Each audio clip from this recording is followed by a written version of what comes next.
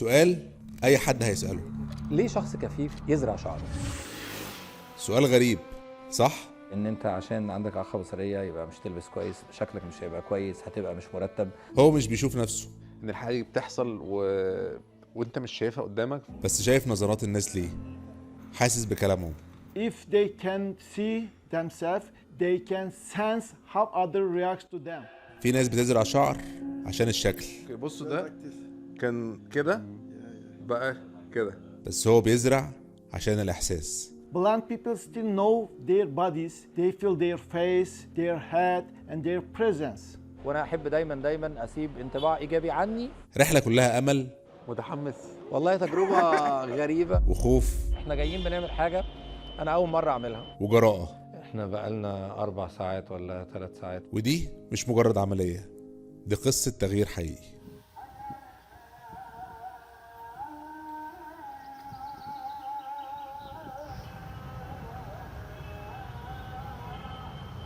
انا حاليا في مطار اسطنبول، لان انا واصل اسطنبول بقالي اسبوع، دلوقتي واقف مستني مصطفى.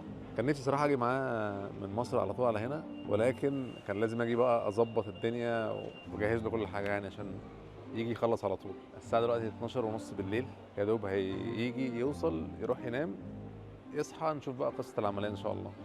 اهو وصل اهو. وصلت بالسلامه. يعني جايين على كرسي متحرك صحيح، بس الحمد لله. حاجه بتضايقني دايما، ومش هنا بس على فكره، يعني في كتير جدا جدا من مطارات الدنيا، يعني انه اي واحد بغض النظر هو ما بيسمعش، عنده مشكله في البصر في اي حاجه، يقعدوه على كرسي متحرك. انت ما عندكش اصلا الفرصه انك تقول رايك. سيبك انت، متحمس. والله تجربه غريبه وجديده، ويعني بتهيألي واحده من المغامرات برضه اللي الواحد بيعملها في حياته. يعني كتير بفكر فيها، بقالي 3 4 سنين دي بفكر في الفكره دي، وكل شويه اقول ايه كمان شويه، السنة الجاية، الشهر اللي جاي، بس خلينا نجرب، ليه لأ؟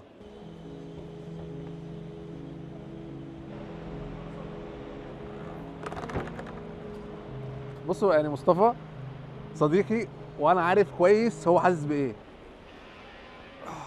الحمد لله. مصطفى اولا بيفكر كتير، بيحب يبقى عارف تفاصيل الحاجه اللي هو بيعملها، فهو دايما يبقى عايز يعرف ايه اللي هيحصل، إيه تفاصيل اكتر. احنا نعمل حاجة جديدة. لا انت حتى لو مش جديده بتبقى عايز تعرف. صح صح.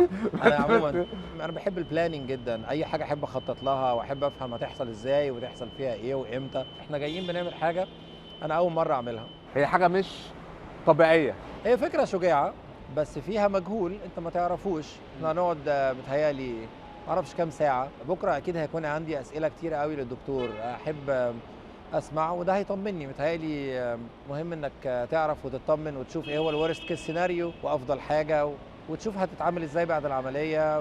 في شوية قلق وخوف طبعا أكيد، بس أنا بحب أجرب، وإحنا جربنا مع بعض حاجات كتيرة. تعال نجرب ودي تجربه نجربها مع بعض. نشوف هيحصل إيه.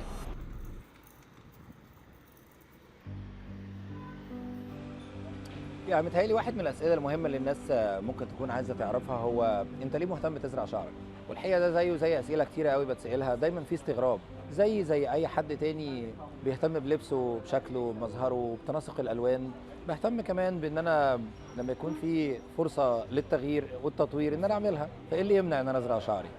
إيه اللي يمنع إني أجرب حاجة جديدة تخلي شكلي أفضل؟ مش معناها إن أنا معترض، بس معناها إني مهتم بأي تغيير وأي جديد، وأنا بحب أجرب. دي واحدة من التجارب اللذيذة، لما نشوف هتودينا فين. المكان اللي اخترناه عشان مصطفى يعمل فيه العملية هي عيادة دكتور باير، وهو واحد من أشهر الدكاترة في تركيا في مجال زراعة الشعر.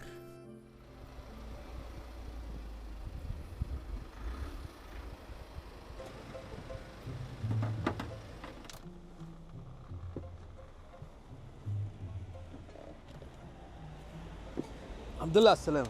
إيه الأخبار؟ يلا بس دخلنا في الجد ها؟ اطلع. ايوه طبعا الحماس في السما. دخلنا في الجد، دخلنا في الجد. حماس وقلق واكتشاف وكل حاجة. السلام. كل حاجة جاية مع بعض.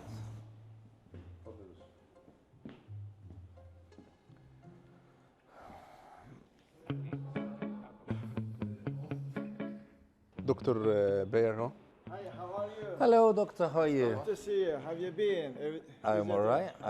I was really looking forward to meet you. Thank you very much for having me here today, and I'm sure it will be a fantastic new experience. I read a lot about you and about your expertise, so I'm sure that I'm in safe hands. Is it? He's done his research about you. Have a seat, please. Okay. Let me take a look at it. It's great. It's great. Here's narrow. Which areas we will be In covering my more? opinion, from here to here, we will cover. This part will be remain, and then maybe after 10 months, we can carry out a second operation to cover the remaining area. I love how confident you are that I will be doing one first, second, and third operations. It seems like I'll be addicted, isn't it? I've been practicing the hair transplantation for the last 30 years. 30 years. I witnessed all the evolution of hair transplantation. I have some questions about the process.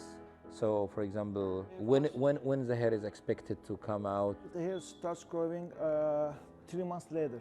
After 6 months, you're going to see a huge difference. Full result takes 12-15 months. I heard like you would had lots of bloods. As long as you keep washing as instructed, in 1 week all the crust, dried blood will go away. Are you doing this one? Like, thank you very much. ايه رايك؟ الموضوع بسيط ها؟ اكيد الموضوع بسيط، كل حاجه بسيطه ان شاء الله، يومه هيعدي ان شاء الله. طيب هو ده زي تصريح المفروض ان هو هيتمضي، كاتبين لك فيه بقى كل حاجه. هو غالبا كل الحاجات اللي الدكتور قال عليها اللي هو كان شرحها لك فوق مكتوبه هنا. طيب خلاص نمضي تمام.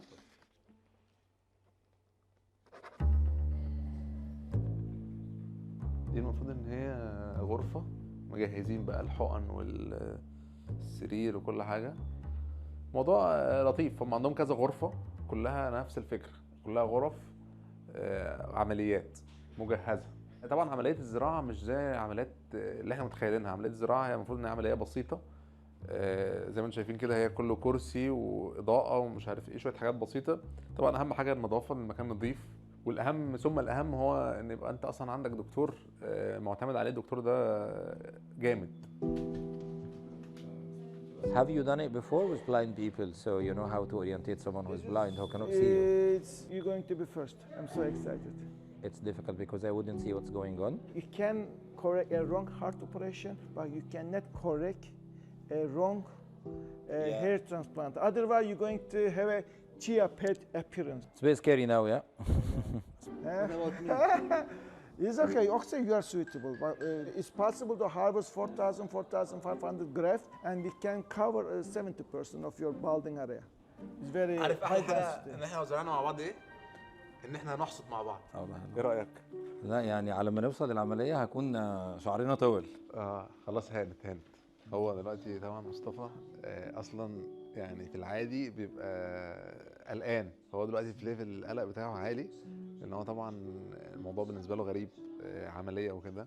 هو الموضوع ان شاء الله يعني سهل وبسيط، بس هو عشان فكره ان الحاجه دي بتحصل وانت مش شايفها قدامك، فالموضوع طبعا مقلق حبتين. دلوقتي المفروض ان هو بيغير هدومه، ان هو هيبدا يلبس بقى لبس العمليه، اللبس اللي هيفضل مكمل ليه النهارده بقيه اليوم يعني. الدكتور جاي اهو. دكتور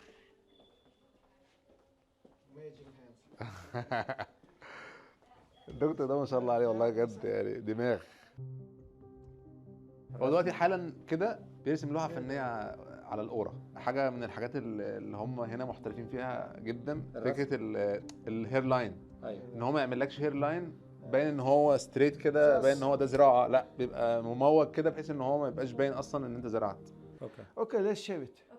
شيفت هيحلق لك بقى كده خلاص. اخر مره حلقت فيها شعرك تمام امتى؟ انا فاكر انه انا عمري ما شلت شعري كله من ايام المدرسه مثلا. طبعا محتاج الحلاق اللي عندنا يبقى عنده كرسي مريح زي ده. الصعب شيلي حاجه من اغلى ما املك. صحيح بيقع على فكره بحلق والله، انا بعرف احلق. نعم بحلق لك كمان. ما صدقت يا كريم، جات لك الفرصه. اوف يا نهار ابيض، بس الرسمه عالميه. يا نهار اسود. ايه؟ انا مش قادر اصدق ان شعري خف لهذه الدرجه. عمري في حياتي ما عملت كده. بس هو خف عشان ايه؟ عشان يطلع. بقول لك ايه، لاول مره بقينا زي بعض. حط ايدك على دماغي كده، حط ايدك على دماغي، حط ايدك بس انت كده على طول. بس انت كده على طول. حط ايدك بقى على دماغك. ما انا شفتها جميله. ايه رايك بينا واحد؟ جميل. واحد خلاص. حلق مش فاضل حاجه. اول غير بقى الجزء المهم دلوقتي. الدكتور جه. Hi, Doctor. How are you? I'm here with no hair. I'm leaving my head under your control. What are we doing now? I'm deciding your front line, okay? Still working on it. Okay. In your opinion, how much does appearance affect how people feel about themselves? Appearance is not just what we see in the mirror. It is what we feel inside, how we sense others reacting to us, and how we project ourselves socially. قصة الزراعة دي بدأت لما كنا قاعدين أنا ومصطفى من حوالي سنتين. مش عارف إيه اللي جاب السيرة، بس كنا بنتكلم عن الزراعة أو حد كان بيتكلم عن زراعة الشعر إن هو عايز يزرع، ومصطفى ساعتها أنا فاكر قال أنا كمان عايز أزرع شعر. فساعتها كلنا بصينا له كده بصة تلقائية، يعني تلقائية، يعني هو طبعا مش شايفنا بس إحنا بصينا له، كل اللي كانوا قاعدين بصوا له اللي هو عايز تزرع ليه؟ وعلى فكرة ده رد فعل طبيعي لاي حد في الموقف ده. بس ساعتها انا يعني ركزت مع مصطفى وقعدت اقول ايه اللي حصل او ايه اللي مخليك شايف ان انت عايز تزرع. فقعد بقى يتكلم ان هو عنده شويه شعر هنا خفيف وكده، وان هو حابب ان هو يبقى شكله احسن، حابب ان هو يهتم بالحته دي. وصراحه ما يعني انا دايما مع مصطفى من زمان وانا بتعلم منه كتير. من بعد ما هو بدا يتكلم وانا خلاص انا امنت، يعني قلت هو خلاص هو تمام، اللي هو عايز يعمله هو ده، انا واثق ان هو ده تمام بالنسبه له. وساعتها انا فاكر لما خلص كلامه قلت له ان شاء الله ان شاء الله اليوم اللي هتزرع فيه هكون معاك. أنا طول عمري برسم استراتيجيات وخطط، بس أول مرة حد يرسم على دماغي. You're balding starting from this point. Okay. Okay, I can feel it, yeah. Okay, we're ready. You feel something a little bit? Boydan boya hepsini birden mi yapacaksın? Tek tek mi yapayım? Diyorsan %30 diye büyük ihtimalle faizleri %30 çek. Now we are doing the harvesting part, okay? Some grave has one hair follicle, some of two, some of three, you know? How long does this process take? It depends on the number, depends on the density of the donor area. تخيل ان انت نايم وعارف ان في ناس واقفين بيجمعوا المحصول 4500 بوصلة. مصطفى كل مره بيوريني ان هو مفيش حد اقصى لاي حاجه، هو اي حاجه اي حد بيعملها هو هيعملها. دي قاعده عنده، دايما بيفاجئني في الحته دي. ممكن تبقى حاجات بتقلق او حاجات مش طبيعيه، بس هو بالنسبه له عادي، انا هجرب، بيحب التجربه. So what's happening now, doctor? I'm opening the channel, which is the aesthetic, part. If I do the incision right way, his hair will grow in right way. It's not gonna be chia pet, the amudi in Arabic. It's not gonna be amudi. هل انت حاسس باي حاجه؟ يعني حاسس باي الام اي حاجه؟ واحنا شغالين من وقت للتاني لو بحس بألم بقول عليه، فهو بيزود البنج الموضعي في المكان بتاع الألم. وهو بيقول لي ان هي بتختلف من شخص لشخص والسنسيتيفيتي بتاعته للألم وهكذا. الحمد لله على السلامه. انت دخلت الغرفه دي من كام ساعه؟ يا دوب 7 ساعات بس تقريبا، 6 ساعات ونص. وطلعت اهو الحمد لله. دلوقتي المفروض ان احنا نروح نقابل الدكتور عشان نسمع عشان تسمع بقى كل التفاصيل. يعني هو قال لو انت اهتميت كويس الزرع نتيجته هتطلع كويسه، ففي جزء كبير قوي على ايوه لو سقيته وكده لازم تسقي الزرع عشان تحصده طبعا. هنهزر ولا ايه؟ Hello doctor, how are you? Such a long day. First of all, you shouldn't touch your head to anything. They pop up easily. As soon as you get home, lay down at -45 degrees. صباح الخير. اوبا صباح الخير يا نجم. النهارده حاسك صاحي نشيط. والله وانا نايم من امبارح.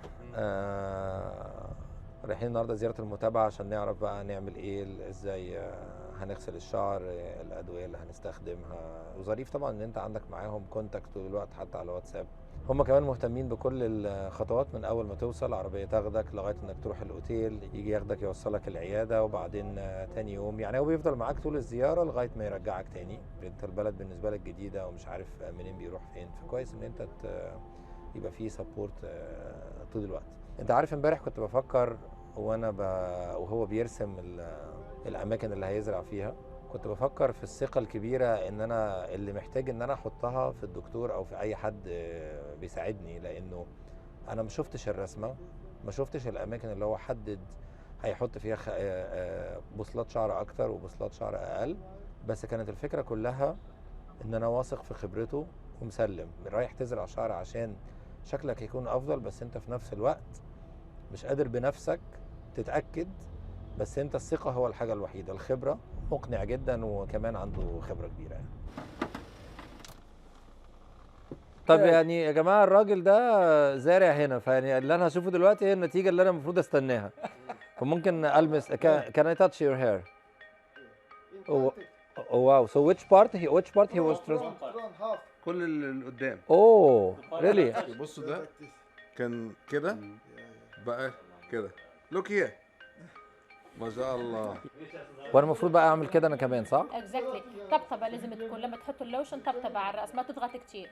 في حاجة مهمة الدكتور قال لي عليها دلوقتي، بسأله على إن في ناس بتاخد شعر من الصدر، لو مثلا هو ما عندوش هنا منطقة منحة كفاية، ما عندوش كثافة كويسة، فبياخد من الصدر وبياخد من أماكن تانية. قال لي لا، أنا لو عرضوا عليا إيه ما باخدش من موضوع الصدر ده، أنا مش مؤمن بيه، جربناه قبل كده وما طلعش ناجح، فأصلا أنا ما بعملوش. هو ما فيش غير الشعر المنطقة المنحة اللي هي هنا دي كده، أو بيقول لي لو اتزنقنا ممكن لو هو ما عندوش شعر كفايه في المنطقه المنحه دي بياخد من الدق، لكن الصدر ده هو بيقول لي الشعر ده ملوش لازمه.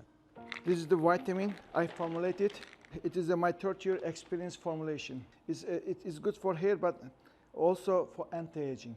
And after operation, using this one helps a lot. It's going to boost it up. Stay in touch. I'm going to stay in touch with you. And I'm sure that this would be the start of many disabled people, persons with different types of impairments, to come to your clinic as well, like those with visual, hearing, physical. I really thank you very much. Enjoyed knowing you. أهم حاجة اوعى راسك. قال لك لو راسك اتخبطت كل الشغل راح. كله راح. صح؟ كله في الباي باي. ال7 ساعات بتوع الجراحة دول ماتوا. كله في الباي باي. يلا بينا. شكرا جزيلا يا أحمد. يا اهلا وسهلا، شرفت على اقل من مهلك. النهارده اليوم الثالث، متهيألي واحدة من الحاجات المهمة اللي الواحد بقى لازم يعملها في الفترة اللي جاية انه ياخد باله من كثير من التعليمات، الشامبو واللوشن والغسيل المستمر والأدوية. يعني طبعا فكرة النزرع شعر دي من الحاجات اللي كنت عايز اعملها من فترة طويلة، واحدة من الويش ليست اللي كنت عايز اعملها، وطبعا الفكرة كانت بتزيد أهميتها كل ما شعري كان بيقل، وبشوف ان هي حاجة مهمة. يعني زي بالظبط كده ما يكون في أي تقدم جديد في الطب أو في العلم واحنا نستفيد منه، فنقدر نطور من شكلنا او من اسلوبنا في الحياه او من غيره. وطبعا في الاخر بشكر الدكتور والكلينيك، ادونا طبعا سبورت كويس قبل واثناء وبعد العمليه. وطبعا صديقي العزيز كريم لانه طبعا كان جنبي وكان معايا طول الفتره، ويا ريت تكون التجربه عجبتكم. فمهم جدا ان الاعاقه ما تكونش حاجز يخليك ما تهتمش بشكلك، بنجاحك، بتطورك، بعلمك، بمظهرك، باي حاجه، لانه مش معنى ان احنا مش شايفين نفسنا ان ما نحبش ان احنا نبقى شايفين كويس. انا كتير قوي بلبس كويس مش عشان انا رايح مكان مهم، بس عشان انا احب يبقى شكلي كويس قدام الناس.